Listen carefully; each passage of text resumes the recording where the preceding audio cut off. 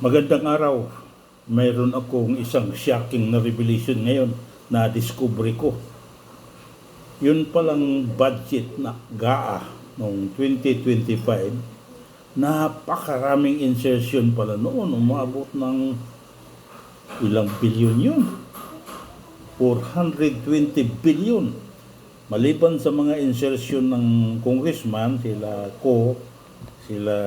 Romualdez, itong bawat senador, napakalaki ng mga insertion. Itong insertion na ito or amendment, ang tawag dito nila amendment eh. Insertion or amendment. Ito yung dating pork barrel na pinagbabawal ng Supreme Court. So ang ginawa nila, dahil bawal ang pork barrel, insertion or amendment. Alam mo ba kung bakit ako na-shock? Ito pa lang si Senator Risa Hontiveros, na kunyari napakalinis at against lahat sa mga korupsyon at flood control. Mayroon ding insertion. Ang unang na-discovery ngayon is, watch out, kung hindi ka rin mabigla, 750 million. Yan ang insertion ni Senator Risa Hontiveros para sa kanyang pork barrel. Ayan, ayon sa source na aking narinig, isang komentarista, aabot daw ng 2 billion yan kung makikita lahat.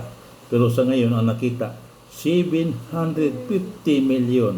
Ayan, Risa Hontiveros, senador na nagmamalinis. Meron ka rin palang pork barrel na sikretong hataw, ha? Anong balak mo sa flood control insertion mo? Magpatayo ka rin ng mega dike or magpatayo ka rin ng saan? Ang senador dapat hindi gagawa ng mga pork barrel. Gumawa lang kayo ng batas.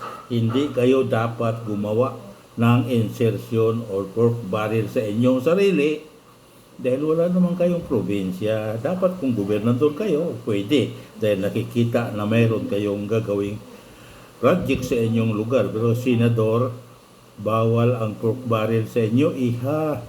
Yan, ha, batayan natin.